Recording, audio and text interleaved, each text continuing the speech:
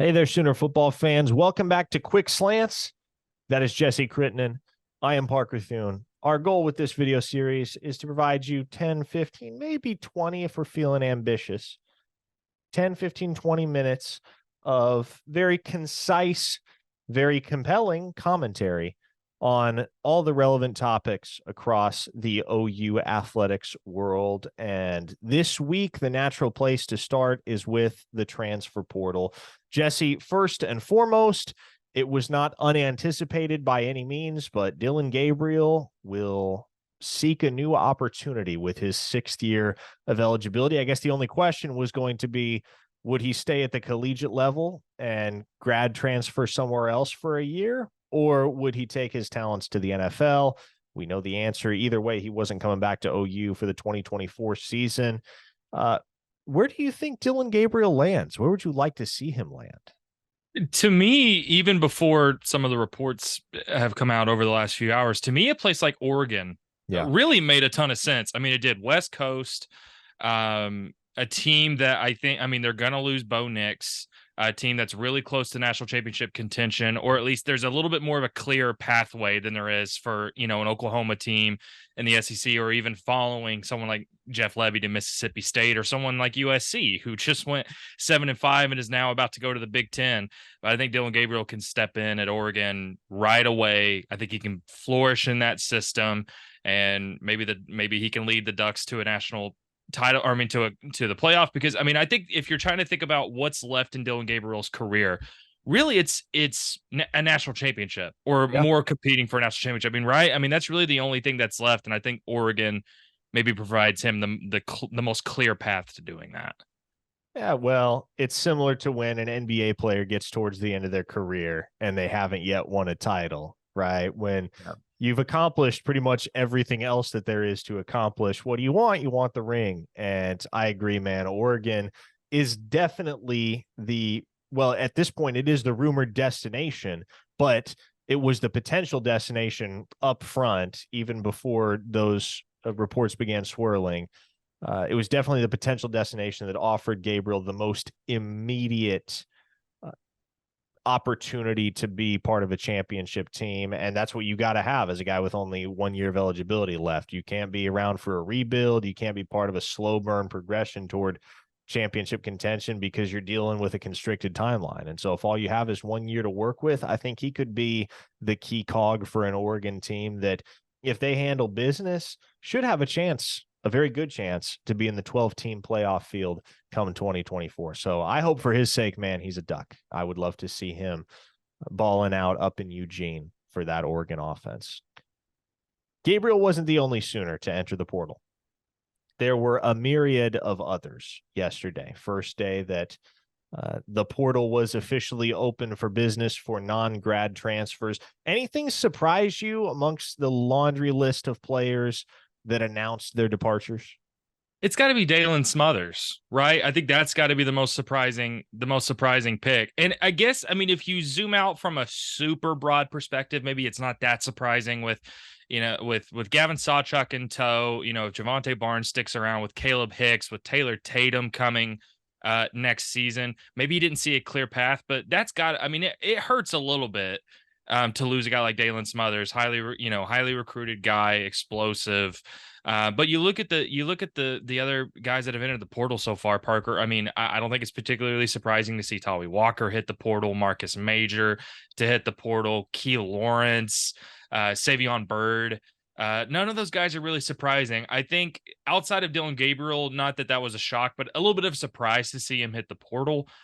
I think Dalton Smothers was the first name that's like, oh, that's interesting. I'm sure. I don't think the OU staff was expecting that. No, they were not. And in talking to folks in and around the Switzer Center, that's the sense I've gotten too, is that, well, I know for a fact they were not anticipating that, and honestly pretty upset with the way that things played out. But you'd figure Smothers probably goes somewhere a bit closer to home in North Carolina, somewhere where starting next year, he might be able to be the bell cow back, which just wasn't happening for him, at least in an immediate sense at Oklahoma. He was going to have to pay his dues, going to have to earn his way onto the field. And it was pretty clear that Gavin Sawchuk had the upper hand to be the lead dog in that Oklahoma backfield heading into the 2024 season.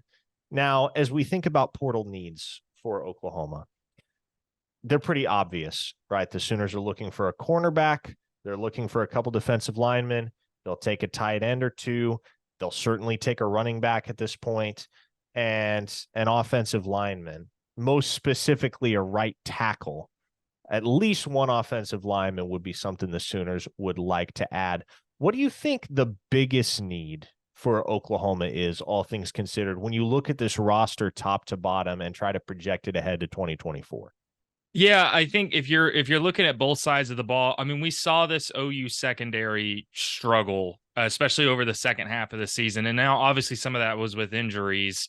I think J.J. Williams is a guy, if he stays healthy, he's a standout corner. But Parker, especially if this team loses Woody Washington, which I think there's noise that he will move on, that's going to be a huge need, not only to replace a veteran guy that's played a ton of snaps, but that was a room that already struggled with depth anyways. So I think cornerback is a big one, and I think offensive line is a big one. Now, two of the positive developments in the second half of the season was Caden Green, Jacob Sexton looking like true, guys that, can make big impacts on the offensive line. And, OU's got, a couple of really big, outstanding offensive linemen coming in the 2024 class. But if you're losing Walter Rouse, if you're losing Andrew Rame, if you're losing Tyler Guyton, those are a lot of veteran guys. And unless OU lands a guy or two in the portal that has some experience, you're going to be relying on a super young offensive line in your first season in the SEC. So to me, I think that's, bar none, probably the biggest need for Oklahoma. The portal right now is rife with quarterbacks. It is rife with wide receivers. And interestingly enough, those are two positions where Oklahoma has no immediate need. They won't have to be part of the feeding frenzy for a top flight quarterback via the portal or a top flight receiver via the portal. With that in mind, Jesse, here is what I will present to you. The question that I will put in front of you. If you had your pick of any player in the transfer portal, any player, period, at any position, and you could immediately insert them onto Oklahoma's roster in 2024, which player that's in the portal right now do you think would most increase Oklahoma's chances of being able to be competitive in the SEC? Who's going to be the biggest shot in the arm for this program? That's a really good question, because again, I think OU has a lot of needs, but I think you don't look too much farther than Clemson, right? With I'm so sorry, I'm blanking on his name. I'm so sorry. Toriano Pride, the corner. Yes, so sorry. Yes, I think that's the biggest need. I mean, he's the number one cornerback he's the number one cornerback in the transfer portal. Obviously played big time football at Clemson. Obviously there's the Brent Venables angle of it. It's a huge position of need for this Oklahoma defense. Now, it is a little interesting to see if Brent Venables would take anybody directly from Clemson, or from Clemson through the transfer portal like that. But to me, it's all the connections with Brent Venables. It's the connection from Clemson, and he's just a great cornerback with a ton of experience that fills a position or need for Oklahoma. Yeah, I agree with you. Now, Toriano Pride did enter the transfer portal earlier today with a no contact tag on his entry, which suggests he already knows where he's going, and that's not going to be Oklahoma. Missouri is kind of where the buzz is right now. But we're only 36 hours into this thing, folks. There will be plenty more portal entries coming. There may be some pretty substantial, significant names that enter the portal and create seismic repercussions across the board. And another thing that we have mentioned on the Under the Visor podcast, and I'll bring up again here, we talk about positions of need right now for Oklahoma, and there are certain positions at which you have a more conspicuous need right now than others. But if you get a top dog in the portal anywhere on the field, at any position, doesn't matter where, if it's somebody that Oklahoma feels like, okay, we insert them into the equation and they immediately help our chances of winning football games in the SEC, the Sooners will at the very least kick the tires. Right now, they have their ideas of what they want, but the example that Brandon and I have used all week is, say, a guy like Evan Stewart gets in the portal from Texas A&M. No, Oklahoma's not in the market for a wide receiver right now, at least not seriously. But if a guy of that caliber were to get in the portal, you're going to take a hard look at bringing him in. No question about it. Now, a quick look ahead to the Alamo Bowl, Jesse. Jackson Arnold's first career start. Seth Latrell's first opportunity at Oklahoma to call plays. What intrigues you about the matchup between the Sooners and a very resurgent Arizona Wildcats team that closed the regular season with 6 straight wins after starting 3-3? It adds so much intrigue to, I think, what was for some OU fans a disappointing outcome for bowl season. I think there were a lot of people who had their heart set on a New Year's Six bowl, but all of a sudden, Parker, this is pretty exciting. I mean, at least to me, now you've got 15 practices with Jackson Arnold as your undisputed quarterback one, and he's going to be not only coached, but is going to be, I mean, the play caller for this offense is going to be Seth Latrell. So to me, I think that's your ultimate storyline, Parker. We're supposed to get some availability with some players and coaches later this week. I think Seth Latrell is going to be among that. It's going to be pretty interesting to talk to him about not only everything that's happened the last few days, but what his mindset is going into the bowl game. It's a pretty interesting place to be, and obviously with the SEC undercurrent of all that. But Parker, I would encourage fans, don't overlook Arizona, and don't overlook how big of a win this would be for Oklahoma to beat a team like Arizona that's been really good over the second half of the season with Jackson Arnold in tow, with Seth Latrell on staff, with Joe John Finley, co-offensive coordinator. This is a big opportunity for a lot of those guys, and I think this could potentially be a big win for Oklahoma if they can get it done. Let me ask you another interesting question, because I feel like it goes unacknowledged, but too often we look past the importance of chemistry between quarterback and wide receiver. And Dillon Gabriel had a very obvious rapport with several players throughout the 2023 season, most notably Drake Stoops. Jackson Arnold, in what limited action we saw him in during the BYU game, seemed like Jalil Farouk was the guy that he was looking toward with the most frequency, seemed like the guy he trusted the most. You rewind to the Alamo Bowl in 2021, it was Farouk as a true freshman that stepped into a larger role in that game due to the absence of several Oklahoma receivers.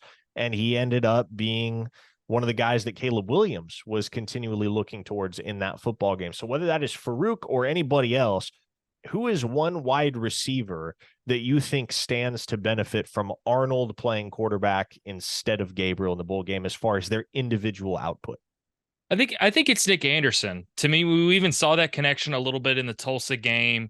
Jackson Arnold had the beautiful throw down the right sideline to Nick Anderson, for a huge bomb touchdown. I think Nick Anderson it's going to be interesting to see that connection, because to me, if Nick Anderson gets it going, that means Jackson Arnold is throwing down the field, like he's attacking Arizona down the field. So that's the biggest thing to me. But Parker, the other thing I'm really curious about, especially seeing what happens with Drake Stoops, I'm curious to see Jaden Gibson's involvement. He's a guy that, I mean, he really didn't see an uptick in snaps from the first half of the season to after Angelo Anthony's injury over the second half of the season. His snaps per game pretty much stayed level.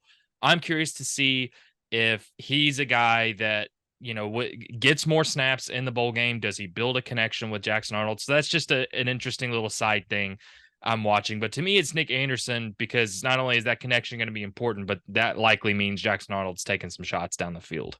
How about the one receiver that made it to campus for Oklahoma as a member of the class of 2023, and a guy that built a rapport with Jackson Arnold from even the time back when they were recruits, Oklahoma commits together? That would be Jaquez Petaway. Real curious to see whether he becomes more involved in the game plan when the Alamo Bowl kicks off between the Sooners and the Wildcats on December 28th. Obviously, we will see you again on many occasions between now and then. Portal season is in full swing. Signing day approaches. We've got you covered over on OUinsider.com. There is not more portal content and information anywhere on the internet as it pertains to OU targets than OUinsider.com. You will not find more information anywhere. So now is a real good time to go sign up. You can use promo code OUinsider30 to get 30% off your membership right now and jump on board for the holiday season, bowl prep, the end of the recruiting cycle, And obviously at that point, come December 28th, play that game with Arizona and you turn the page to SEC play in preparation for 2024. The Under the Visor podcast, you'll get one of those later in the week. You'll get the Oklahoma Drill podcast. You'll get the OU Insider live stream every Wednesday night. That's all here on this YouTube channel. So even if you're not inclined to go subscribe at ouinsider.com, I don't know why you wouldn't be, but even so, just click that subscribe button. Keep up with everything on our YouTube channel here. It's a real easy way to stay up to date with everything on a surface level that is pertinent to OU football and recruiting and basketball too. Hoops is happening. Don't forget, folks, Porter Moser seems to have himself a squad in year 3 at OU. For Jesse Crittenden, I am Parker Thune. We'll see you next week on Quick Slants here on the OU Insider YouTube channel.